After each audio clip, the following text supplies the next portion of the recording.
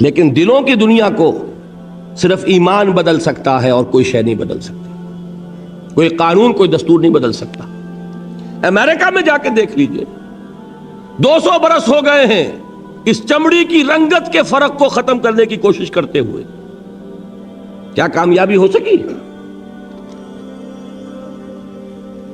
جان لیجئے یہ بہت بڑا انقلابی نعرہ ہے۔ ہماری بڑی مجرمانہ غفلت رہی ہے کہ ہندوستان جیسی سرزمین میں ہم نے کم سے کم 600 برس تک تو پورے ہند پر حکومت کی ہے، لیکن ہم نے وہاں کے ان گرے پڑے طبقات کو بھی اسلام کی دعوت نہیں دی۔ اگر کوئی دعوت ان تک پہنچ گئی ہوتی، کوئی رکاوٹ تھی؟ ڈاکٹر امبیڈکر ایمان لانے کے لیے تیار تھا، انا دورائی ایمان لانے کے لیے تیار تھا، دی ہیرو آف تامل ناڈو۔ آپ سن کر حیران ہوں گے، رکا کس بات پر کہ آخری جھگڑا یہ ہو گیا کہ سنی بنوں کہ شیعہ بنوں۔ یہ ہے وہ چیز۔ انا دورائی کے بارے میں مجھے بتایا گیا جب میں گیا مدراس کہ میلاد کی کوئی محفل کہیں ہو رہی ہے وہ نہیں چھوڑتا تھا، اتنی محبت تھی اسے حضور کے ساتھ۔ اور انا دورائی کا تامل ناڈو میں وہی مقام ہے جو پورے ہندوستان میں گاندھی جی کا ہے۔ بہرحال ہماری غفلتیں ہیں، ہماری کوتاہیاں ہیں، ان کے نتائج ہم بھگت رہے ہیں۔ ہمارے شہنشاہوں نے ارب روپیہ اپنی بیوی کے لیے ایک مقبرہ تیار کرنے پہ لگایا ہے۔ ٹھیک ہے، دنیا کا 8واں 7واں عجوبہ تو تیار کر گیا، یہی روپیہ کہیں اگر اسلام کی تبلیغ میں لگا ہوتا، آپ سوچئے بر صغیر کا نقشہ کیا ہوتا۔ یہ کیا انہوں نے۔ بہرحال یہ تو تازہ خواہی داشتن گرداغ ہائے سینہ را، گاہے گاہے باز خواہی قصہ پاری نہ را۔ یہ بات اس قبیل کی ہے، اس وقت اصل موضوع کی طرف آئی ہے۔ توحید کی ایک کرولری، انقلابی کرولری کیا ہے؟ انسانی مساوات۔ توحید کی دوسری کرولری انسانی حاکمیت کی نفی۔ انسان حاکم کہاں ہو سکتا ہے؟ سب محکوم ہے، حاکم۔ اس میں بھی پھر ایکویلٹی آ گئی دوبارہ۔ تمیز بندہ و آقا فساد آدمیت ہے۔ کہاں کا حاکم، کہاں کا محکوم؟ کونو عباد اللہ اخوانا، سب اللہ کے بندے بن جاؤ اور آپس میں بھائی بھائی بن جاؤ۔ حاکمیت خدا بند، غیر اللہ کی حاکمیت شرک ہے، بغاوت ہے، فتنہ ہے، فساد ہے۔ نمبر 3، ملکیت مطلقہ صرف اللہ کے لیے۔ کوئی کسی شے کا مالک مطلق نہیں ہے کہ جو چاہوں کروں میری شے۔ سمجھیے اس بات کو۔ جیسے حاکم مطلق اللہ، ویسے مجازن ہم کہہ دیتے ہیں فلاں شہر کا حاکم تھا، فلاں ملک کا حاکم، یہ مجازی استعمال ہے، حقیقتاً حاکم صرف اللہ۔ اسی طرح مجازن کہہ دیتا ہوں میں کہ یہ میں اس کا مالک ہوں، ملکیت حقیقی صرف اللہ کی۔ للہ ما فی السماوات و ما فی الارض، آسمان اور زمین میں جو کچھ ہے اللہ کا ہے، تو کون سی چیز رہ گئی جو میری ہوئی؟ عجیب بات ہے، میں خود اس کا ہوں۔ میرا ہاتھ میرا نہیں کہ جو چاہوں اس سے کر گزروں، میری زبان میری نہیں کہ جو کچھ چاہوں اس سے کہہ دوں، میری آنکھیں میری نہیں ہے کہ جدھر چاہوں ان کو گھماتا پھراتا رہوں۔ ایک مرتبہ اگر اچانک نگاہ پڑ جائے نامحرم پر تو معاف ہوگی، دوسری مرتبہ گئی معافی نہیں ہے۔ حضور نے فرمایا، حضرت علی سے فرمایا کہ علی پہلی نگاہ جو پڑ جائے جس میں ارادے کو دخل نہیں ہوتا، صرف وہ ہے کہ جو معاف ہے۔ اب دوسری مرتبہ نگاہ جائے گی تو ارادے سے گئی۔ یہ اس آنکھ کا ناجائز استعمال ہے، تمہاری نہیں ہے، یہ اللہ کی امانت ہے۔ سیاست کے میدان میں حاکمیت کی بجائے خلافت، اور معاشیات کے میدان میں ملکیت کی بجائے امانت. این امانت چند روزہ نزدماس، در حقیقت مالک ہر شے خداس. اور یہ شعر اس دور کا کسی شاعر کا ہوتا تو آپ کہتے کوئی کمیونزم سے متاثر ہو گیا ہوگا. یہ کس کا شعر ہے؟ این امانت چند روزہ نزدماس، در حقیقت مالک ہر شے خداس. کس کا شعر ہے؟ شیخ سعدی رحمت اللہ علیہ کا. یہ ہے اصل میں، تفصیل تو ہے، میرے کیسٹس 4 5 5 ان کی تقریریں جو میں نے کی مسجد دارالسلام میں، اسلام کا سیاسی نظام، اسلام کا معاشی نظام، اسلام کا سماجی نظام، ان کے سیٹس لیجئے سنیے. ایک ایک بات بتائی ہے جو ان تینوں نظاموں سے متعلق ہے، جو در حقیقت یہ سب کیا ہے؟ فقط ایک نقطہ ایمان کی تفسیریں. یہ ایک ہی توحید کا اصول ہے جس نے سماجی سطح پر انسانی مساوات، سیاسی میدان میں حاکمیت خداوندی، اور معاشی میدان میں ملکیت تامہ و مطلقہ صرف اللہ کے لیے، یہ 3 اصول دیے. ان کا پرچار ہوگا تو انقلاب اسلامی کا پہلا قدم اٹھے گا. سمجھ گئے میری بات کو؟ اس سے ہٹ کر آپ دعوت کرتے رہیے، نصیحت کرتے رہیے، نماز کی تلقین کرتے رہیے، آپ اتباع سنت کی تلقین کرتے رہیے، انقلابی عمل شروع نہیں ہوگا. لیکن یہ میں نہیں کہتا کہ ثواب سے خالی ہے یہ کام، ثواب ملے گا. یہ میں نہیں کہتا کہ اس میں کوئی بھلائی نہیں ہے، وہ بھلائی تو ملے گی جو حضور نے فرمایا. وہ بھی حضرت علی سے خطاب کے فرمایا تھا کہ اے علی، لا یہدی اللہ بک رجلا واحدا خیر لک من حمر النعم. اگر اللہ تمہارے ذریعے ایک انسان کو بھی ہدایت دے دے تو یہ سرخ اونٹوں سے بھی بڑی دولت ہے. یہ اپنی جگہ، اس کی نفی نہیں ہے، لیکن نظام بدلنا، اقامت دین، تکبیر رب، اعلاء کلمت اللہ، اس کی جد و جہد کا آغاز بھی نہیں ہوگا جب تک کہ دین کی ان تعلیمات کی نشر و اشاعت نہیں. نمبر 2، تنظیم. تنظیم کے لیول پر ایمان بالرسالت ہے اصل شے. دیکھیے تنظیم کسے کہتے ہیں؟ ایک لیڈر، اس کا حکم ماننا، یہی ہے نا. اور حکم بھی کیسا ماننا؟ کہ سنو اور اطاعت کرو. اگر جیسے کہ فوج میں ہوتا ہے کہ اگر سپاہی پوچھنے لگے کہ جناب آپ حکم تو مجھے دے رہے ہیں لیکن کیوں دے رہے ہیں پہلے یہ سمجھائیے، میرے خیال میں تو آپ غلط حکم دے رہے ہیں، تو فوج چل سکتی ہے؟ فوجی ڈسپلن کسے کہتے ہیں؟ میں نے وہ انگریزی نظم کا سٹینزا آپ کو سنایا تھا، charge of the light brigade. There is not to reason why, there is but to do and die. اور انقلاب اس کے بغیر نہیں آتا. سمعوا اطاعت، فاسمعوا واطیعوا، سنو اور اطاعت کرو. اذ قلتم سمعنا واطعنا، جب تم نے کہا کہ ہم نے سنا اور اطاعت کی، ہے کہ نہیں؟ فاتقوا اللہ ما استطعتم واسمعوا واطیعوا، یہ بار بار الفاظ ملیں گے. اب آپ بتائیے کہ کیا رسول پر ایمان لانے والوں کی اطاعت اسی نوعیت کی نہیں ہوگی؟ دنیا میں کوئی اور لیڈر ہو سکتا ہے جس کے حکم کو کبھی کوسچن نہ کیا جا سکے؟ لیکن جس کو رسول مان لیا، کیا اس کے حکم کو بھی آپ کوسچن کر سکتے؟ واقعہ یہ ہے کہ جو ڈسپلن صحابہ کرام کی جماعت کا تھا، اس کی کوئی مثال تاریخ انسانی کا کوئی ڈسپلن پیش نہیں کر سکتا. میں اس کی مثال دوں گا آپ کو، اور ایک مثال اس کی بھی دوں گا کہ بعض صحابہ سے اس ڈسپلن میں ذرا غلطی ہوئی تھی تو نتیجہ کیا نکلا.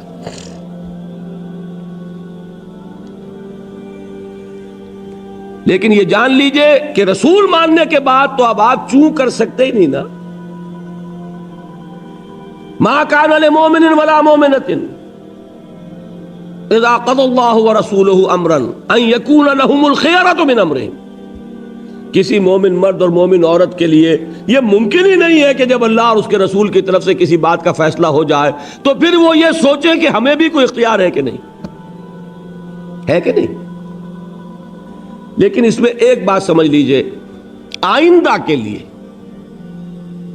میں نے آپ کو بتایا حضور نے انقلاب برپا کیا عرب میں، عالمی انقلاب کی ذمہ داری کس کے حوالے کی؟ امت کے۔ خلافت راشدہ میں صحابہ نے اس کو پورا کیا۔ عالمی سطح تک پہنچنے سے پہلے ایک یہودی سازش نے انٹرنل سیبوٹاج کر دیا، بعد قدم رک گئے، اس کے بعد سے پسپائی شروع ہو گئی۔ لیکن ہو کر رہے گا، ہو نہیں سکتا کہ محمد الرسول اللہ صلی اللہ علیہ وسلم کی بعثت ہو عالمی اور دین کا عالمی غلبہ نہ ہو، یہ ممکن نہیں ہے، ہو کر رہے گا۔ اچھا اب جو کریں گے کیا کوئی رسول ہوگا؟ چلیے اہل تشیع کے لیے تو پھر بھی کچھ ہے ذہن میں کہ کوئی امام معصوم ہوگا، ہم تو اس کے بھی قائل نہیں، ہم نہ امامت معصومہ کے پہلے قائل نہ آئندہ قائل۔ ہم حضرت ابوبکر کو امام معصوم نہیں سمجھتے، یا سمجھتے ہو؟ تو اب آپ بتائیے پھر کیا ہوگا؟ اس کے لیے محمد الرسول اللہ صلی اللہ علیہ وسلم نے اپنی سنت چھوڑی، سنت بیعت۔ بیعت صرف نبی کی نہیں ہوتی، بیعت تو کسی کی بھی ہو سکتی، بیعت عقبہ اولا، بیعت عقبہ ثانیہ، بیعت رضوان، بیعت جہاد۔ نحن الذین بایعوا محمدا علی الجہاد ما بقینا ابدا۔ 1400 افراد سے بیعت لے رہے ہیں حدیبیہ کے موقع پر، حالانکہ وہ 1400 افراد تو مرنے مارنے پر تلے ہوئے،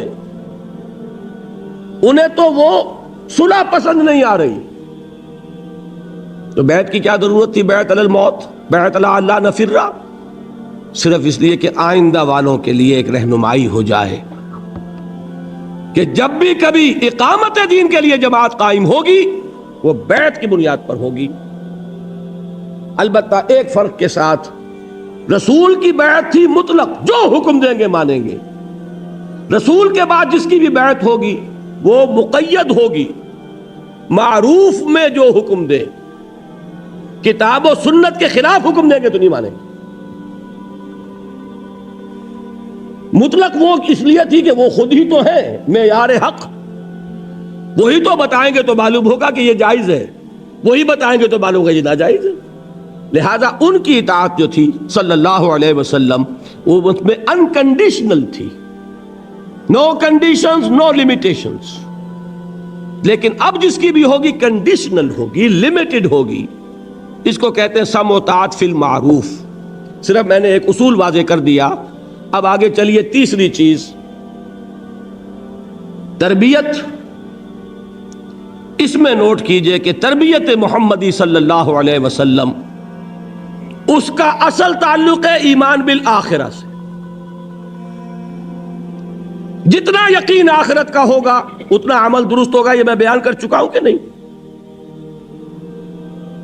علمی نظری اعتبار سے اصل ایمان ایمان باللہ، قانونی اعتبار سے اصل ایمان ایمان بالرسالت، اور عملی اور اخلاقی اعتبار سے اصل ایمان ایمان بالآخرہ، یقین آخرت کا۔ اور نمبر 2، یہ تربیت ہے اصل میں، جس کے لیے نماز ہے، جس کے لیے روزہ ہے، جس کے لیے قیام اللیل ہے، جس کے لیے راتوں کو کھڑے رہ کر قرآن کو اپنے اندر اتارنا ہے۔ یا ایھا المزمل قم اللیل الا قلیلا نصفہ او انقص منہ قلیلا او زد علیہ ورتل القرآن ترتیلا۔ اور آخر میں کیا فرمایا؟ ان ربک یعلم انک تقوم ادنی من ثلثی اللیل ونصفہ وثلثہ وطائفۃ من الذین معک۔ یہاں آئی وہ چیز، اس لیے کہ اسلامی انقلاب کے لیے اسلامی سیرت درکار ہوگی۔ اگر یہ نہیں ہے تو فساد برپا کیا جا سکتا ہے، اسلام کو قائم نہیں کیا جا سکتا۔ کسی کی ٹانگ گھسیٹی جا سکتی ہے، ہم نے 2 دفعہ گھسیٹی پاکستان میں. ایوب خان کی گھسیٹی کہ نہیں گھسیٹی؟ لیکن اس کی گھسیٹی تو نتیجہ کیا نکلا؟ شامت اعمال ما صورت بھٹو گرفت. ہوا کہ نہیں؟ پھر بھٹو کی گھسیٹی تو اب ماشاء اللہ آ گیا. یہ کیوں؟ اس لیے کہ طریقہ محمد کا نہیں ہے صلی اللہ علیہ وسلم. جلوس نکل رہے ہیں نظام مصطفیٰ کے اور نمازیں غائب ہو رہی ہیں، عصر کی بھی مغرب کی بھی. جلسے ہو رہے ہیں، لیڈر لوگ اٹھ کر داعش پر سے جا کے اپنی نماز پڑھ کے آ گئے ہیں. یہ خیال نہیں کہ یہ جو 20,000 آدمی سامنے بیٹھا ہوا ہے، نماز اس پر بھی فرض ہے کہ نہیں؟ نماز جیسے ستون کو گرا کر دین کو قائم کیا جائے گا. الصلاۃ عماد الدین. اور گھیراؤ ہو رہا ہے اور جلاؤ ہو رہا ہے اور کاریں جلائی جا رہی ہے اور شیشے توڑے جا رہے ہیں اور اسٹریٹ لائٹس توڑی جا رہی ہیں. یہ طریقے تو کمیونسٹوں کے ہیں بھائی. اس سے انقلاب محمدی آ جائے گا. بے گناہ بسیں جلائی جا رہی ہیں، کوئی گناہ ہے ان کا؟ مسافروں کو تکلیف پہنچائی جا رہی، وہ آپ کو کوس رہے ہوں گے دل میں یا دعائیں دے رہے ہوں گے؟ جنہیں بنس روڈ پہ اتار کے کھڑا کر دیا، پتہ نہیں کتنی مشکل سے بس میں جگہ لی ہوگی انہوں نے. کتنے لوگ تو الٹی جانب سفر کرتے تب کہیں جا کر ٹاور سے بیٹھتے بیچارے، اور ان کو اتار کے اور بس کو آگ لگا دی. بچے گھروں میں بیٹھے ہوئے منتظر ہوں گے، ادھر وہ گالیاں دے رہے ہوں گے، ادھر وہ جو کھڑے ہیں یہاں پر جنہیں اب کوئی امکان نظر نہیں آتا کہ کوئی سواری مل جائے. یہ طریقے نہیں ہیں انقلاب محمدی کے. یہ ہم نے دوسروں سے مستعار لیے. ہم نے سمجھا کہ ان کو کامیابی اس سے ہو گئی،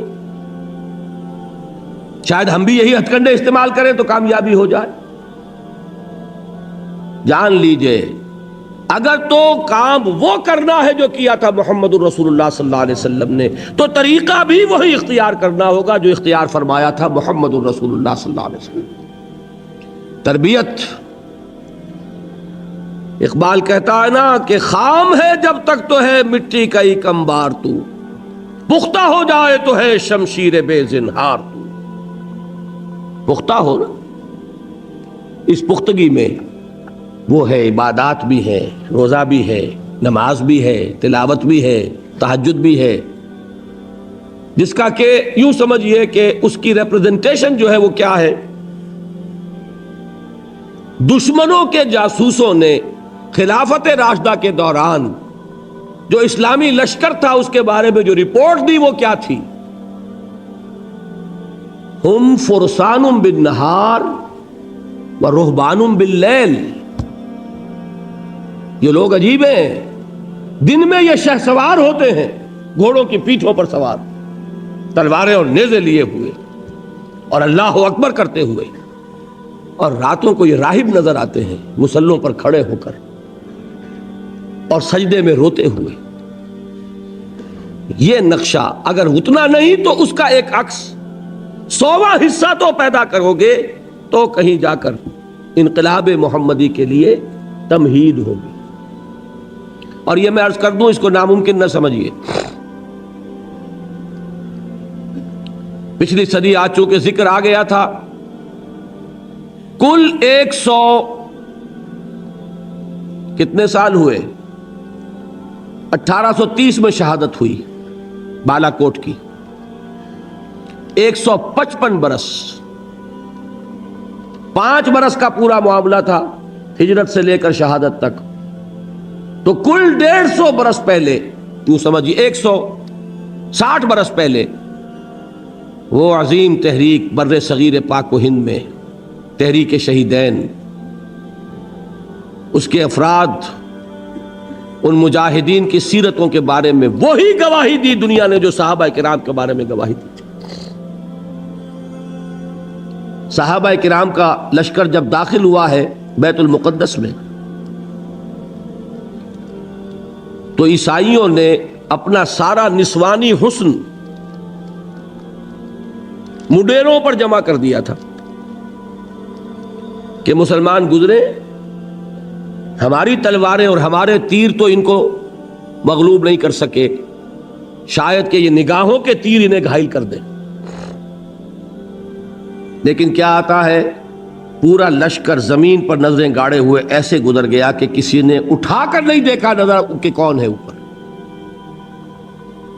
اور بعین ہی یہی گواہی ملی ہے مجاہدین کے بارے میں۔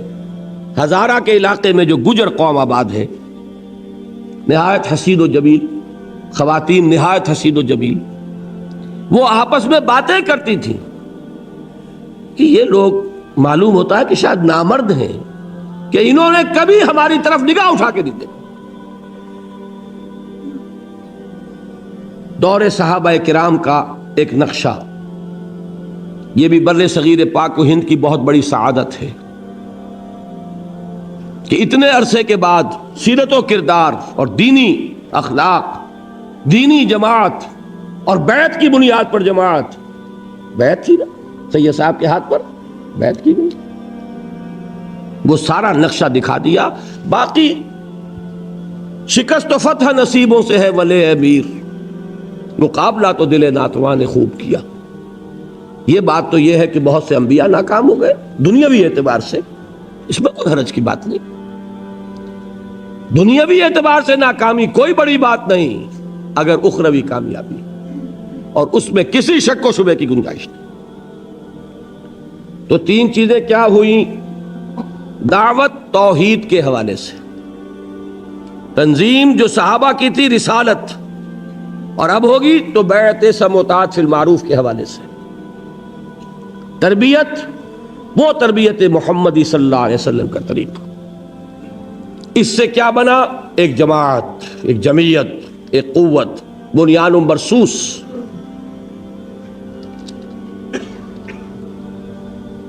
اس کے ساتھ چوتھا عمل چلا ہے، وہ بھی مکی دور میں۔ اس پورے عرصے میں 12 برس میں کیا حکم تھا مسلمانوں کو؟ کفو ایدیکم۔ قانون تو شریعت کا ہمیشہ سے یہ ہے، بدلے کا، قصاص کا ہے، دانت کے بدلے دانت اور کان کے بدلے کان، ہے کہ نہیں؟ لیکن اس عمل، انقلابی عمل میں، اقامت جدوجہد میں وہ قانون نہیں چلے گا۔ اس میں جب دین غالب آ جائے گا، اسلامی ریاست قائم ہو جائے گی، تو وہ قانون نافذ ہوگا۔ اس میں کیا ہے؟ مارے کھاؤ، ہاتھ نہ اٹھاؤ، ٹکڑے اڑا دیے جائیں تمہارے، تب بھی تم کوئی کارروائی نہیں کر سکتے۔ میں عرض کرنا چاہتا ہوں، گاندھی کا یہ اعتراف ہے کہ میں نے عدم تشدد حضرت مسیح اور حضرت محمد سے سیکھا، اور واقعہ یہ ہے کہ اگر کانگریس کی موومنٹ ابتدا ہی سے تشدد پہ اتر آتی تو ختم کر دیا۔ چورا چوری کا ایک واقعہ ہو گیا تھا، ایک جلوس نے بہار میں، یہ جگہ ہے، تھانہ ہے، تھانے کے اوپر حملہ کر دیا، گاندھی نے پوری موومنٹ کال آف کر دی۔ If you can't remain peaceful, if you can't obey my command, well, I can't take the responsibility of leading you. اور ایک بات میں اور بتا دوں آپ کو، سکھوں کی ایک تحریک تو آج کل چل رہی ہے، اس تحریک کی بدقسمتی ہے یہ کہ یہ ابتدا ہی سے وائلنٹ ہو گئی۔ اس کا کتنا بڑا نقصان ہوا ہے اس کا سب کو اندازہ ہے۔ یہ ٹھیک ہے، قوم ہے، اس کی جان ہے، وہ ابھی قربانیاں دے رہی ہے، لیکن یہ کہ جو کچھ جتنی قیمت وہ دے چکی ہے اس کے حوالے سے کامیابی جو ہے کہیں بھی آس پاس نہیں۔ انہی سکھوں کی ایک تحریک چلی تھی 30s میں، عجیب تحریک تھی وہ، آپ سنیں گے، اب ہماری یہ تاریخ ہے لیکن ہم واقف نہیں، شاید آپ کو ہنسی آئے۔ سکھوں کے گردواروں کے ساتھ جو زمینیں وقف تھیں ان پر قبضہ ہندوؤں کا تھا۔ چونکہ برطانوی حکومت نے سکھوں کو علیحدہ مذہب نہیں مانا تھا، لہذا گردواروں پر کنٹرول کس کا؟ عبادت گاہ کس کی؟ سکھوں کی۔ کنٹرول کس کا؟ ہندوؤں کا۔ تو ایک تحریک انہوں نے چلائی تھی، گردوارہ پروبندک کمیٹی، کچھ اس طرح کا نام تھا اس کا مقصد کیا تھا کہ ہماری عبادت گاہوں کا کنٹرول ہمارے پاس ہونا چاہیے. اب بھی وہ کمیٹی ہے، وہی کمیٹی اب کنٹرول کرتی گردواروں کو. اب اس کے لیے ظاہر بات ہے کہ شیر کے منہ میں سے نوالا نکالنا آسان تو نہیں نا، تحریک چلانی پڑتی ہے. حقوق کوئی آسانی سے نہیں دیتا جب تک کہ آپ لینے کے قابل نہ ہو. انہیں تحریک چلانی پڑی. پولیس جیسے اب بھی ہے، اس وقت بھی پیسے والے کے ساتھ تھی. پیسے والا کون تھا؟ بنیا. لہذا دفعہ 144. اب سکھوں کے جتھے نکلتے تھے 144 کو ڈیفائی کرنے کے لیے.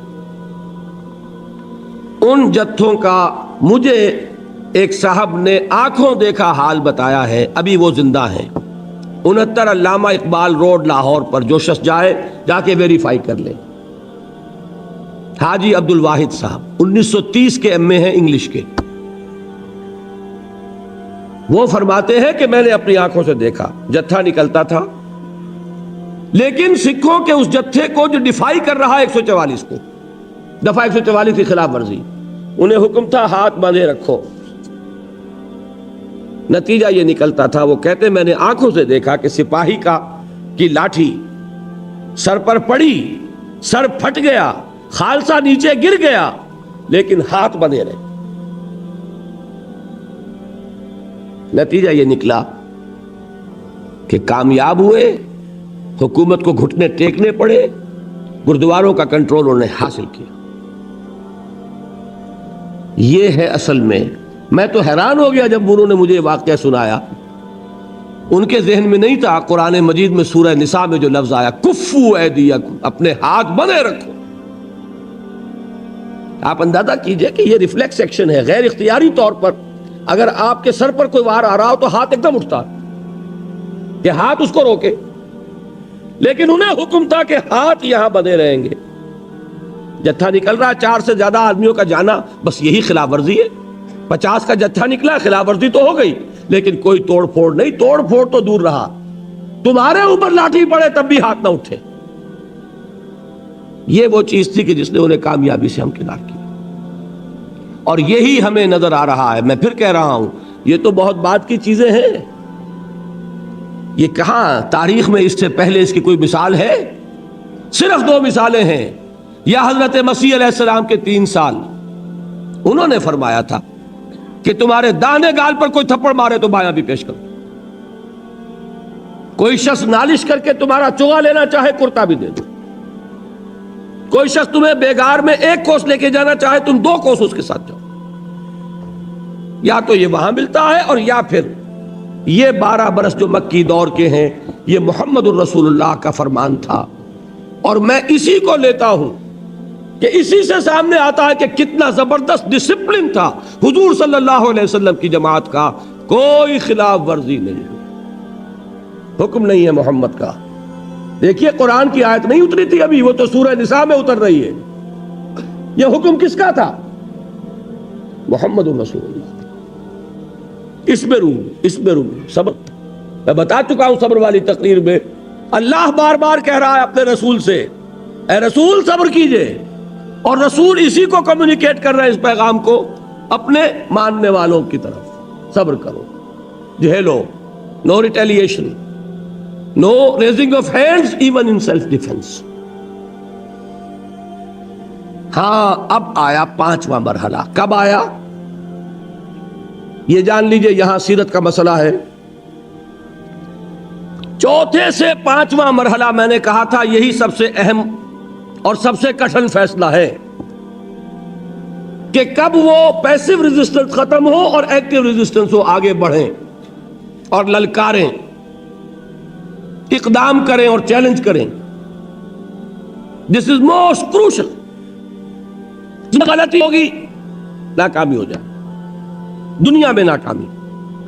یہ بالکل وہی بات ہے کہ مجتہد کو بھی ثواب ملتا ہے چاہے غلطی ہو. اگر صحیح رائے تک پہنچے گا دوہرا ثواب، غلطی ہوگی تو اکیلا ثواب. اسی طریقے سے نیک نیتی سے فیصلہ کیا ہے، غلط بھی ہے، آخرت کا ثواب کہیں نہیں گیا، دنیا میں ناکام ہو جاؤ. صحیح فیصلے تک پہنچ گئے وہ کامیابی ہو جائے. اور رسول کے لیے یہ فیصلہ کرنے والا خود اللہ تھا. مدینے کو کس نے کھولا؟ حضور تو تشریف بھی نہیں لے گئے مدینے، اور مدینے میں اوس اور خزرج کے بڑے لوگ ایمان لا چکے ہیں. مکہ خون کا پیاسا ہے، مدینے میں استقبال کی تیاریاں ہو رہی. یہاں حضور کو 12 برس گزر گئے خود دعوت دیتے ہوئے، وہاں آپ کے قدم مبارک کبھی پہنچے ہی نہیں. گئے ہیں تو صرف آپ کے 2 جانثار مصعب بن عمیر، عبداللہ ابن ام مکتوم رضی اللہ تعالی عنہما. بہرحال یہ اللہ کا فیصلہ. اللہ نے تمکن عطا فرمایا. اب جب حضور تشریف لے جا رہے ہیں مدینے کی طرف تو آیت نازل ہو گئی، اذن للذین یقاتلون بانہم ظلموا وان اللہ علی نصرہم لقدیر الذین اخرجوا من دیارہم بغیر حق الا ان یقولوا ربنا اللہ. اوزینا اجازت دی گئی ان کو جن پر ظلم و ستم کے پہاڑ ہے، جن کے ابھی تک ہاتھ باندھ دیے گئے تھے آج کھول دیے گئے. They can retaliate. وہ آگے بڑھیں. اب وہ پابندی ختم ہو گئی. میں یہ کسی اپنی تقریر میں بیان کر چکا ہوں کہ مدینے پہنچ کر یہ نہیں ہوا. یہ مغربی مفکرین اس کو فلائٹ ٹو مدینہ لکھتے ہیں. بڑا ان کا لطیف انداز ہوتا ہے طنز کا بھی اور جڑیں کاٹنے کا بھی. فلائٹ کہتے ہیں فرار کو. یہ فرار نہیں تھا، یہ ہجرت تھی. زمین و آسمان کا فرق. اور وہاں جا کر کوئی کمر کھول کر آرام نہیں کرنا تھا. وہ تو جس بیس کی تلاش میں آپ گئے تھے طائف، وہ بیس اللہ کی مشیت میں مدینہ منورہ کو بننا تھا. وہاں جا کر اپنی اس تحریک کو، اپنی اس موومنٹ کو، اپنی جد و جہد کو، اقامت دین کی جو وہ جد و جہد ہے اسے اب اگلے مرحلے میں لانا. صرف 6 مہینے حضور نے لیے ہیں انٹرنل کنسولیڈیشن کے. مواخات بین المہاجرین والانصار. نمبر 2 مسجد نبوی کی تعمیر. نمبر 3 یہود کے ساتھ معاہدے. 7ویں مہینے آپ نے چھاپا مار دستے بھیجنے شروع کر دیے. اگرچہ اس میں گئے صرف مہاجرین، انصار نہیں. اس کی ایک وجہ تھی. انصار نے جب درخواست کی تھی کہ حضور آپ تشریف لے آئیے مدینے، تو الفاظ یہ کہے تھے کہ ہم آپ اگر مدینے پر حملہ کریں گے یہ مکے والے تو ہم آپ کی حفاظت کریں گے جیسے کہ اپنے اہل و عیال کی کرتے ہیں. اور مدینے پہ حملہ بھی ہوا ہی نہیں ہے. یہ تو حضور اقدام کر رہے ہیں نا. لہذا بہت اہم ہے یہ بات. یہ تمام سیرت کی کتابوں میں واقعات موجود ہیں، لیکن ان کے بٹوین دی لائنز کہ یہ ایک انقلابی عمل کا تقاضا تھا کہ اس وقت یہ ہوتا. بس یہ سمجھنے کی بات ہے. حکمت کیا ہے، وزڈم کیا ہے، فلسفہ کیا ہے، یہ میں آپ کو فلسفہ سیرت آج پڑھا رہا ہوں. آپ اس کو سامنے رکھیے گا اور پھر سیرت کا مطالعہ کیجیے. واقعات تو وہی ہے. 8 مہمیں ہیں غزوہ بدر سے پہلے. بعض میں حضور خود بھی تشریف لے گئے، بعض میں آپ نہیں تشریف لے گئے، آپ نے ایک دستہ بھیج دیا. ان سے آپ نے کیا کیا؟ یہ اقدام ہے. کیا کیا؟ 2 کام میں بتا چکا ہوں. پولیٹیکل آئسولیشن آف قریش اور اکنامک بلاکیڈ آف مکہ. آپ ایک مہم پر تشریف لے گئے، کچھ عرصے ایک علاقے میں رہے، وہاں کے قبیلے کے سرداروں سے ملاقاتیں کی، ان سے معاہدہ کر لیا، انہیں حلیف بنا لیا.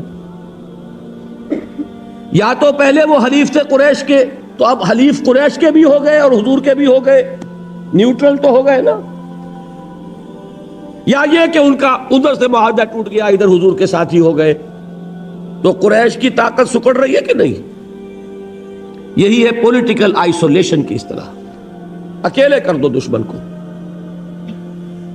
نمبر 2 ان کی ساری جو معیشت کا دار و مدار تھا تجارت پر، کاروان روٹس، رحلت الشتاء والصیف،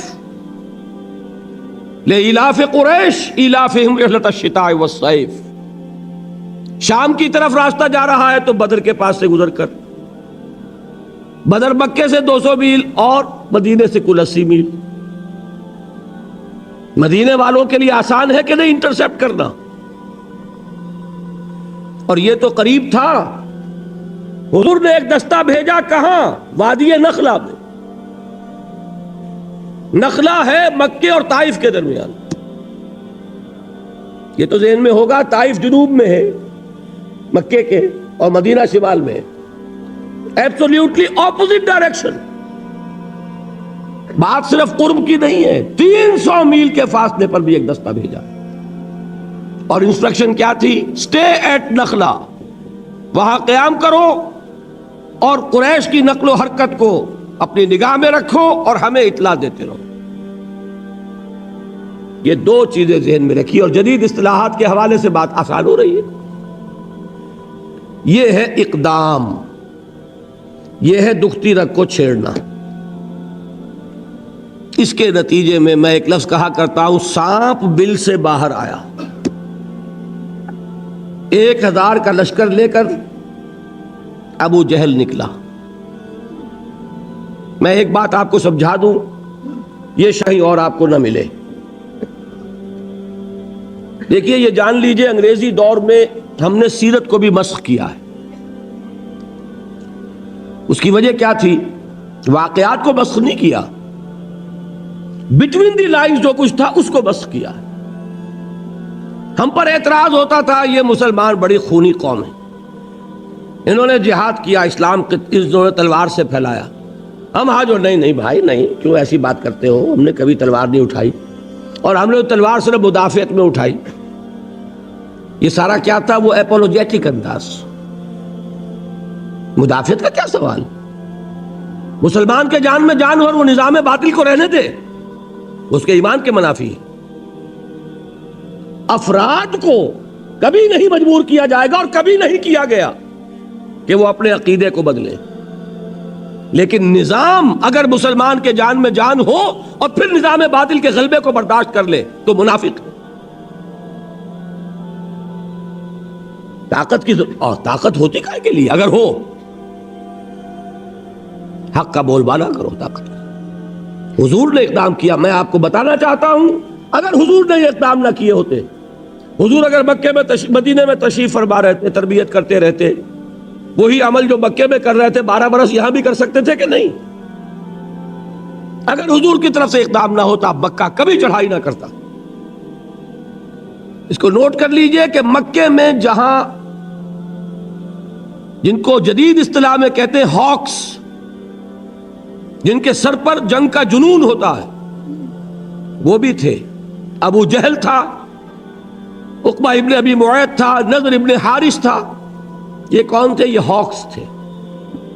یہ چاہتے تھے کہ ہر حال میں اب ہم جائیں اور محمد کو مدینے میں بھی چین سے نہ بیٹھنے دیں صلی اللہ علیہ وسلم. لیکن مکے میں ڈوز بھی تھیں، شریف لوگ بھی تھے. عتبہ ابن ربیعہ بھی تھا، حکیم بن حزام بھی تھے. یہ بعد میں ایمان لے آئے ہیں، لیکن یہ وہ ہیں حضرت خدیجہ کے کزن ہیں. پھوپھی اور ماموں ذات بہن بھائی کا رشتہ ہے آپس میں. جب شیب بنی ہاشم میں تھے حضور اور حضور کے اہل خانہ، تو کبھی راتوں کو تاریکی میں پورے پہاڑ پر چڑھ کر اتر کر کچھ کھانے پینے کی چیزیں پہنچاتے تھے. شریف تھے کہ نہیں؟ مکے میں ابھی عباس بھی تھے کہ نہیں؟ جہاں ابو لہب تھا موجود وہاں عباس بھی تو تھے جو بعد میں ایمان لے آئے. تو وہاں وہ لوگ تھے. اور عتبہ ابن ربیعہ کی ایک بات بڑی اہم ہے جو تاریخ میں ریکارڈ پر موجود ہے. اس نے قریش کو یہ مشورہ دیا کہ اب میں اس کے الفاظ نقل کر رہا ہوں، سمجھیے، محمد کو عرب کے حوالے کر دو. اگر تو محمد عرب پر غالب آ جائیں تو ہمارا نقصان نہیں ہے، قریشی کا غلبہ ہوگا نا. ذرا اس کے سیاسی تدبر کو داد دیے. محمد کون ہے؟ اپنا ہی آدمی ہے. اگر ان کو غلبہ ہو جاتا پورے عرب پر تو قریش کی حکومت قائم ہو جائے گی پورے عرب پر.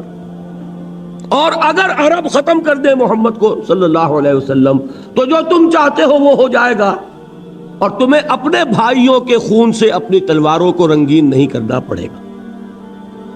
کتنی گہری بات ہے، وہ بھی تھا موجود. جنگ کیوں ہوئی؟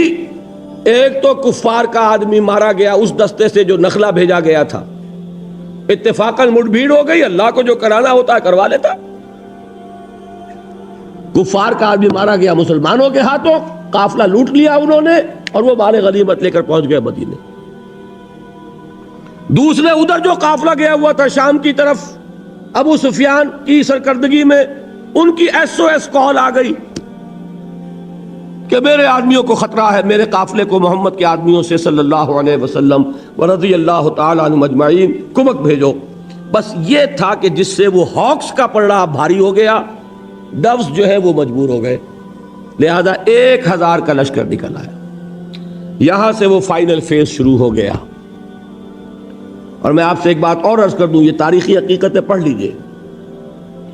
این ایک رات پہلے بدر خبر آئی کہ ابو سفیان قافلہ لے کے نکل گئے. بہت ہوشیار آدمی تھے. ایک طرف انہوں نے وہ کمک کے لیے خط بھیجا، پیغامبر بھیجا، دوسری طرف راستہ بھی بدل دیا. خود بجائے اس بدر کے پاس سے ہو کے گزرنے کے، وہ بحیرہ احمر کے ساحل کے ساتھ ساتھ ہو کے نکل گئے. اطلاع پہنچی یہاں لشکر ہے. اب آتے ہیں وہی حکیم ابن حزام، کس کے پاس؟ عتبہ کے پاس. لفظ ہے نا یہ کہ دیکھو عتبہ تمہاری بڑی حیثیت ہے، سپہ سالار کی حیثیت ہے تمہاری، اور اس وقت خونریزی کو تم روک سکتے ہو. ہم آئے تھے اپنے قافلے کی حفاظت کے لیے، قافلہ ہمارا بچ کے نکل گیا، اب رہ گیا حضرمی کا خون، وہ تمہارا حلیف تھا، تم اس کا خون بہا اپنی جیب سے دے دو، معاملہ ختم ہو جائے گا کہ نہیں؟ تو اس خونریزی کو اب بھی روکا جا سکتا ہے. عتبہ نے کہا بالکل ٹھیک، صحیح. دونوں چل کر گئے ابو جہل کے پاس. وہ اپنے تیر پھیلا کر درست کر رہا تھا اس وقت. جا کر اس سے بات کی. اس کے لیے تو یہ موقع تھا، میں کہہ رہا ہوں ہاکس کا سردار تھا وہ. اسے یقین تھا کہ ہم ختم کر دیں گے کل محمد کو اور اس کے آدمیوں کو صلی اللہ علیہ وسلم. اسی لیے اس نے کہا تھا یہ یوم الفرقان ہوگا، پتہ چل جائے گا اللہ کس کے ساتھ ہے، کیونکہ یقین تھا نا جیتیں گے ہم. 313 ہیں، تلواریں بھی چند ہیں ان کے پاس، چند. 2 گھوڑوں کا رسالہ، ہمارے پاس 100 گھوڑوں کا رسالہ. رسالہ فیصلہ کن ہوتا ہے. 100 ہارسز، ادھر 2، کوئی مقابلہ ہے؟ اسے یقین تھا کہ جیتیں گے، لہذا اس نے پہلے سے پروپیگنڈا شروع کر دیا یوم الفرقان ہوگا، یہ پتہ چل جائے گا اللہ کس کے ساتھ ہے، کون حق پر ہے کون باطل پر ہے. یہ دوسری بات ہے، اللہ نے واقعی اسے یوم الفرقان بنا دیا. لیکن اس کے بعد جب آ کے انہوں نے کہا، اس نے ایسا تانا مارا ہے. عتبہ ابن ربیعہ کا بڑا بیٹا کے بڑے بیٹے حضرت حذیفہ، ابو حذیفہ، یہ ایمان لا چکے تھے، یہ حضور کے ساتھ تھے. ابو جہل نے تانا مارا، معلوم تھا عتبہ بیٹے کو سامنے دیکھ کر تم پر بزدلی آ گئی. نمبر 1 اور نمبر 2 بلایا اس حضرمی کے بھائی کو جو مارا گیا تھا مسلمانوں کے ہاتھوں. دیکھو یہ تمہارے بھائی کے خون کا بدلہ سامنے آ کر بھی بچ کر جا رہا ہے، یہ لوگ واپس جانا چاہ رہے ہیں. اور یہ بھی معلوم ہونا چاہیے بعض لوگ واپس چلے گئے تھے وہاں سے قریش کے لشکر سے، اسی پلی پر کہ چونکہ ہم آئے تھے اس لیے وہ معاملہ ختم ہو چکا، ہم لڑنے کو تیار ہیں. قریش کا کہ دو گھرانے غالباً ہیں جو نکل گئے تھے واپس. بہرحال عتبہ، یہ عرب کی اب نفسیات ہے، جب اسے تانا لگا ہے اس نے کہا کہ کل وقت بتائے گا کہ کون بزدل ہے اور کون بہادر ہے. یہی وجہ ہے کہ اگلے دن پھر سب سے پہلے میدان میں کون آیا؟ عتبہ. اسے وہ اپنے ماتھے کا داغ دھونا تھا بزدلی کے تانے کا. عتبہ آیا اپنے بھائی کو لے کر، شیبہ، بیٹے کو ولید، بڑے بیٹے سامنے تھے ابو حذیفہ. اور آپ کو معلوم ہے کہ پھر مبارزت ہوئی، حضرت حمزہ کے ہاتھوں عتبہ، حضرت علی کے ہاتھوں باقی دونوں، شیبہ بھی اور ولید بھی ختم ہوئے۔ ہاں حضرت عبیدہ ابن حارث رضی اللہ تعالیٰ عنہ وہ زخمی ہو گئے۔ بہرحال میں جو بتانا ہے وہ کیا ہے، یہ تھا اقدام کے نتیجے میں آرمڈ کانفلکٹ۔ یہ آرمڈ کانفلکٹ مسلح تصادم رہا 6 برس، ups and Downs, ups and Downs. Ups میں سب سے پہلے بدر، 70 قرشی مارے گئے اور مسلمان 13 شہید ہوئے میدان میں آن دی اسپاٹ۔ 14ویں وہ عبیدہ ابن حارث جو زخمی ہو گئے تھے، ان کا انتقال ہو گیا مدینے واپسی میں۔ لیکن اگلے سال کیا ہوا؟ احد۔ یہ میں اس لیے بتانا چاہتا ہوں کہ ڈسپلن کی اہمیت کا اندازہ ہو جائے۔ 70 صحابہ شہید، حضور زخمی، دندان مبارک شہید، چہرہ مبارک لہو لہان۔ ایک بہت بڑی زک مسلمانوں کو اٹھانی پڑی۔ کس وجہ سے؟ سورہ آل عمران میں اللہ نے فرمایا لَقَدْ صَدَقَكُمُ اللَّهُ وَعْدَهُ، اے مسلمانوں تم ہمیں بلیم نہیں کر سکتے، اللہ نے تو اپنا وعدہ تم سے پورا کر دیا تھا۔ اِذْ تَحُسُّونَهُمْ بِإِذْنِهِ، جبکہ تم اپنے دشمنوں کو گاجر مولی کی طرح کاٹ رہے تھے۔ جنگ شروع ہوئی اور فتح ہو گئی، بھگدڑ مچ گئی، 3000 کا لشکر، بھگدڑ۔ اب وہ غلطی ہوئی، وہ گھاٹی پر 50 تیر انداز۔ حضور نے فرمایا تھا کہ تمہیں یہاں سے ہرگز نہیں ٹلنا۔ حضرت جبیر کی سرکردگی میں، چاہے تم یہ دیکھو کہ ہم سب شہید ہو گئے اور ہماری بوٹیاں نوچ نوچ کر پرندے کھا رہے ہیں، تب بھی یہاں سے مت ہلنا۔ لیکن جب فتح ہو گئی، غلطی ہوئی، انڈسپلن۔ حضور کے حکم کے بارے میں تو میری اپنی تحقیق یہ ہے کہ تعویل کی ہے انہوں نے، غلطی اس معنی میں نہیں تھی کہ حضور کے حکم کو جان بوجھ کر توڑا، اس لیے کہ حضور کے الفاظ تھے شکست کی کیفیت والے۔ یہاں ہو گئی تھی فتح، تو صحابہ کرام یہ جان لیجئے، اس لیے کہ منافقین وہاں اب کوئی نہیں تھا، منافق جا چکے تھے احد سے پہلے عبداللہ ابن ابی کے ساتھ، یہاں کوئی منافق نہیں تھا، سب مومنین صادقین تھے، لہذا جان بوجھ کر حضور کے حکم کی خلاف ورزی نہیں ہو سکتی تھی۔ تعویل کیا ہوئی کہ حضور نے شکست کے بارے میں فرمایا تھا نا، یہاں تو فتح ہو گئی، لہذا حکم اپلائی نہیں کر رہا۔ البتہ خلاف ورزی ہوئی، کمانڈر بھی اگر یہ کہہ دیتا کہ ہاں ٹھیک ہے تو بات اور تھی، وہاں جو کمانڈر ہے اس نے اجازت نہیں دی، وہ پکارتے رہ گئے کہ دیکھو کہاں جا رہے ہو، مت جاؤ۔ تو آن دی اسپاٹ جو بھی ڈسپلن کا تقاضا کیا ہے، جو آپ کا امیجیٹ، جو آپ کا آفیسر ہے، اس کا حکم ماننا پڑے گا کہ نہیں؟ حضور نے فرمایا من اطاعنی فقد اطاع اللہ ومن عصانی فقد عصى اللہ ومن اطاع امیری فقد اطاعنی ومن عصى امیری فقد عصانی۔ جس نے میری اطاعت کی اس نے اللہ کی اطاعت کی، جس نے میری نافرمانی کی اس نے اللہ کی نافرمانی کی، جس نے میرے مقرر کردہ امیر کی اطاعت کی اس نے میری اطاعت کی، جس نے میرے مقرر کردہ امیر کی نافرمانی کی اس نے میری نافرمانی کی۔ وہ جو کمانڈر تھے ان کی نافرمانی، یہ انڈسپلن ہے۔ قرآن کہتا ہے وَلَقَدْ صَدَقَكُمُ اللَّهُ وَعْدَهُ إِذْ تَحُسُّونَهُم بِإِذْنِهِ حَتَّى إِذَا فَشِلْتُمْ وَتَنَازَعْتُمْ فِي الْأَمْرِ وَعَصَيْتُمْ، تم نے نافرمانی کی، تم ڈھیلے پڑے، تم نے ڈسپلن کو توڑا، اس کی سزا ہے جو ہم نے دی۔ آپ اندازہ کر رہے ہیں 35 صحابہ کی غلطی اگر تھی اور اس کی سزا 70 کی شہادت ہے، تاکہ پتہ چل جائے کہ ڈسپلن کس شے کا نام ہے، تاکہ تمہیں اپنی خامیوں کا ابھی اندازہ ہو جائے، تمہیں معلوم ہو کہ یہ مسئلہ کتنا اہم ہے۔ اللہ کنڈون کر سکتا تھا ان کی غلطی کو، معاف کر سکتا تھا، کوئی گزن نہ پہنچتا، حضور کو صحابہ کو ایک غلطی ان گڈ فیتھ کی گئی تھی، لیکن سبق کیسے حاصل ہوتا کہ ڈسپلن کی اہمیت کیا ہے۔ بہرحال سال چھٹا فتح ہوا سن 8 ہجری میں رمضان مبارک، اور پھر شوال میں، یعنی رمضان میں مکہ فتح ہوا، شوال میں حنین پار کا ہو گیا، طائف کا محاصرہ ہوا۔ بہرحال اس کے بعد پورے عرب میں کوئی طاقت نہیں تھی۔ جاء الحق وزهق الباطل ان الباطل کان زہوقا۔ اس کے بعد آپ نے اب بیرون عرب پھر جنگ موتا ہوئی، سفر تبوک۔ یہ کیا ہے؟ یہ سلطنت روما سے ٹکراؤ، یہ ہے انقلاب محمدی کی اب بین الاقوامی سطح پر توسیع، جس کا آغاز کر دیا محمد الرسول اللہ صلی اللہ علیہ وسلم نے بنفس نفیس، جس کو کیری آن کیا پھر خلفائے راشدین نے، ابو بکر نے، عمر نے، عثمان نے، رضی اللہ تعالی عنہم اجمعین۔ حضرت علی کا نام میں نے یہاں کیوں نہیں لیا؟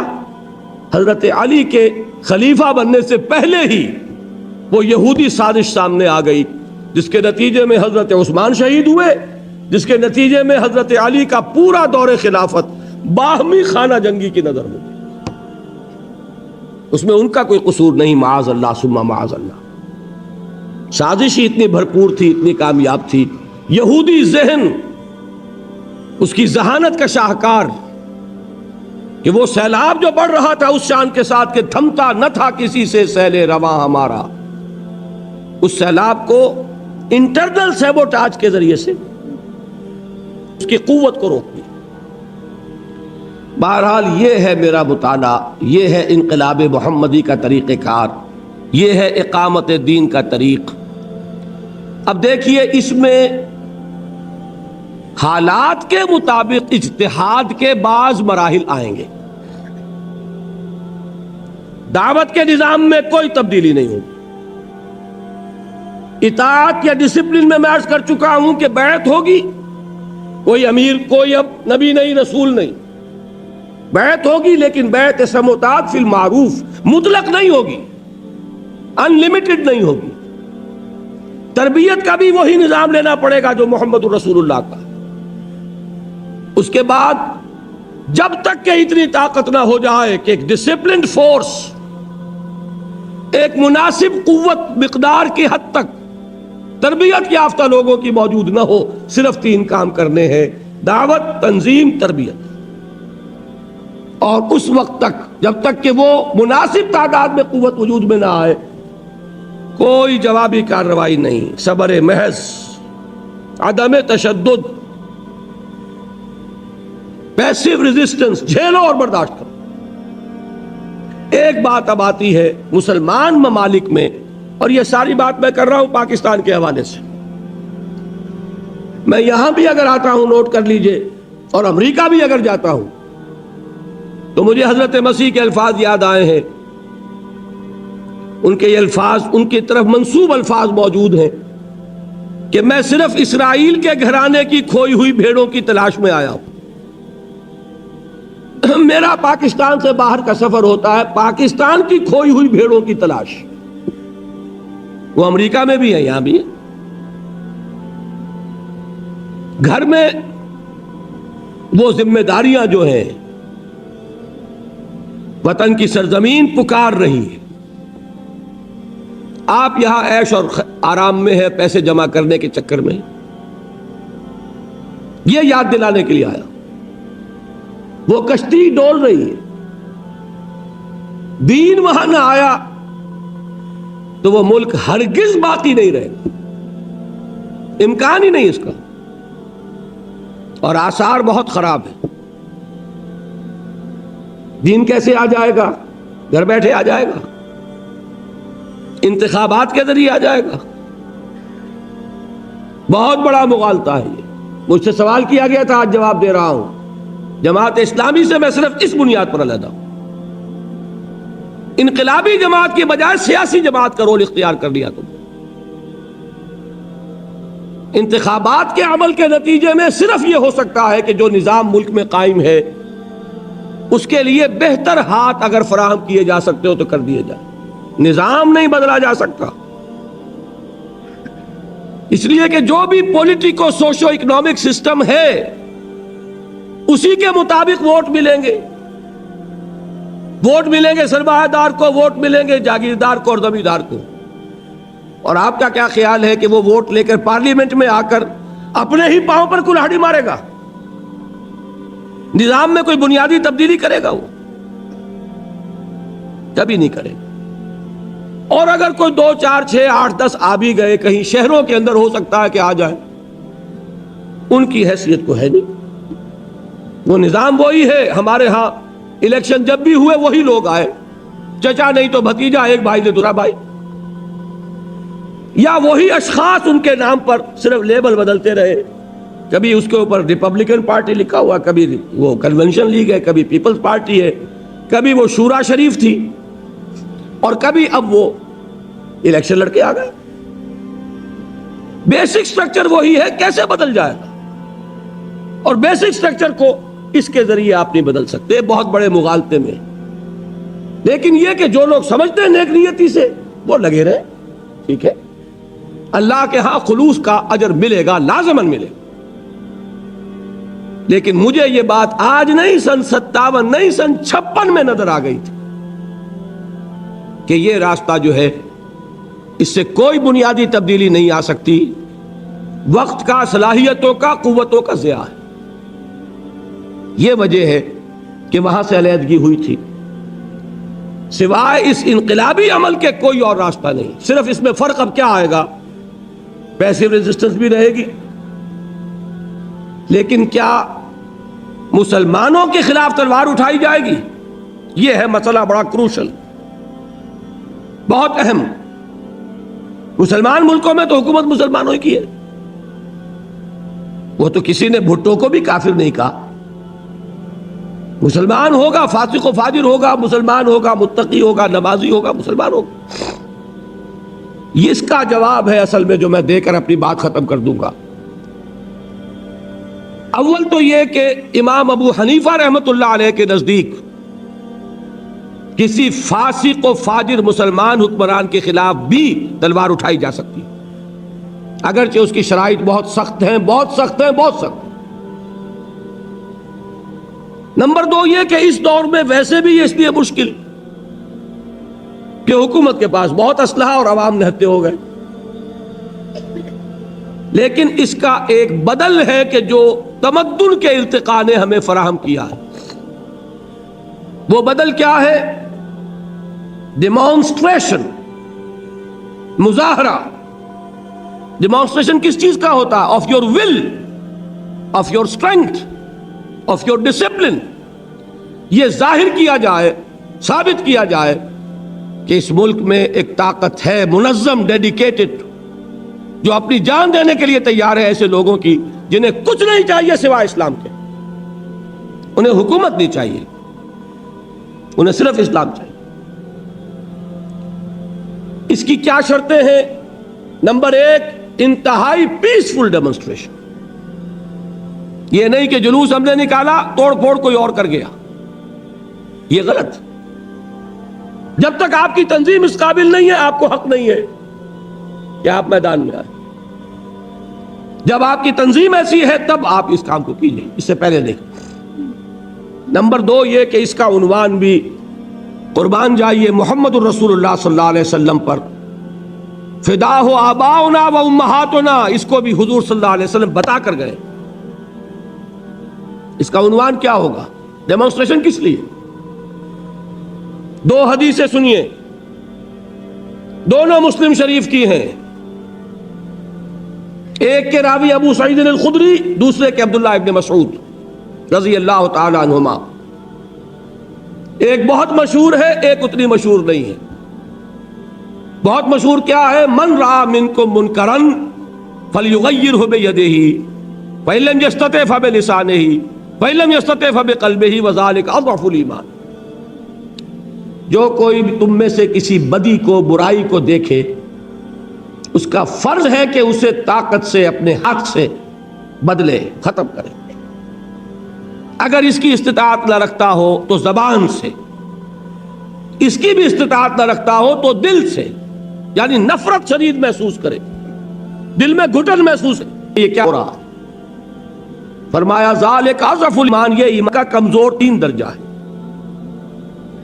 جو شخص منکرات کو دیکھے، اسے گھٹن بھی نہ ہو، رنج بھی نہ ہو، وہ تو سمجھیا گیا، ڈاؤن دی ڈرین، ایمان کی کوئی رمق موجود نہیں۔ فرمان حضور کا ہے، اضعف ایمان، سب سے کمزور ایمان یہ ہے کہ دل میں شدید نفرت کا احساس۔ اس سے زیادہ کیا ہے؟ زبان سے کہو کہ خدا کے بندو باز آ جاؤ، اللہ کے غضب کو دعوت مت دو، یہ تو کہو کم سے کم۔ اور اگر اس سے آگے کی طاقت نہیں ہے تو طاقت حاصل کرو، اعدوا لهم ما استطعتم، وہ طاقت حاصل کر کے پھر آؤ میدان میں اور للکاروں کے نہیں ہونے دیں گے، یہ ہماری لاشوں پر ہوگا۔ یہ ہے طریقہ جو محمد نے بتایا صلی اللہ علیہ وسلم۔ دوسری حدیث سنیے، ما بعث اللہ من نبی قبلی فی امتہ الا کان حواریون واصحاب یاخذون بسنتہ ویقتدون بامرہ ثم انہا تخلف خلوف یقولون ما لا یفعلون ویفعلون ما لا یؤمرون فمن جاہدہم بیدہ فہو مومن ومن جاہدہم بلسانہ فہو مومن ومن جاہدہم بقلبہ فہو مومن وما وراء ذلك من الایمان حبۃ خردل ولیس وراء ذلك من الایمان حبۃ خردل۔ یہ بہت اہم حدیث ہے اور بہت کلیئر ہے، افسوس یہ کہ یہ اتنی عام نہیں ہے۔ ویسے ہے مسلم شریف کی روایات، دونوں روایت کے اعتبار سے ہم پلہ۔ حضور فرماتے ہیں کہ اللہ نے مجھ سے پہلے جس امت میں بھی کسی نبی کو بھیجا، اٹھایا، اس میں اس کے اصحاب اور حواری پیدا کیے۔ وہ اصحاب اور حواری کیا کرتے تھے؟ اصحاب حضور کے، حواری حضرت عیسیٰ کے، دونوں الفاظ جمع کر دیا آپ نے۔ وہ کیا کرتے تھے؟ وہ اپنے نبی، اپنے رسول کی سنت کو مضبوطی سے تھامتے تھے اور جو حکم وہ دیتے تھے اس کی تعمیل کرتے تھے۔ ثم انہا تخلف من بعدہم خلوف، لیکن اس کے بعد پھر ایسے ناخلف لوگ آ جاتے تھے، وہ کیا کرتے تھے؟ یفعلون ما لا یؤمرون، کرتے وہ تھے جس کا حکم نہیں ہوا، وہ یقولون ما لا یفعلون، اور کہتے وہ تھے جو کرتے نہیں تھے۔ اب آپ نے فرمایا جو کوئی ایسے لوگوں سے جہاد کرے گا ہاتھ سے وہ مومن ہے، جو جہاد کرے گا زبان سے وہ مومن ہے، جو جہاد کرے گا دل سے وہ مومن ہے، اور اس کے بعد تو ایمان رائی کے دانے کے برابر بھی موجود نہیں۔ یہ ہے جہاد کے 3 درجے۔ اور جہاد کن سے ہو رہا ہے یہاں نوٹ کیا آپ نے؟ چاہے ناخلف ہے کہ کون؟ امتی ہے رسول کے نا، ناخلف امتی ہے، انہی کو کہا جائے گا فاسق و فاجر، ان کے خلاف جہاد کیا جائے گا، بالید، باللسان، بالقلب۔ بالید جو ہے وہ ضروری نہیں کہ تلوار سے ہو، بالید کی یہ شکل ہے جو آج دنیا نے دی ہے کہ پکٹنگ ہے، ڈیمانسٹریشن ہے، demonstration of your will end your power and your strength. میں اس کی ایک مثال دیا کرتا ہوں، میرے کیسٹس میں بھی موجود ہے۔ یہ تقریباً 2.25 سال پہلے کی بات ہے، مارچ کا مہینہ تھا،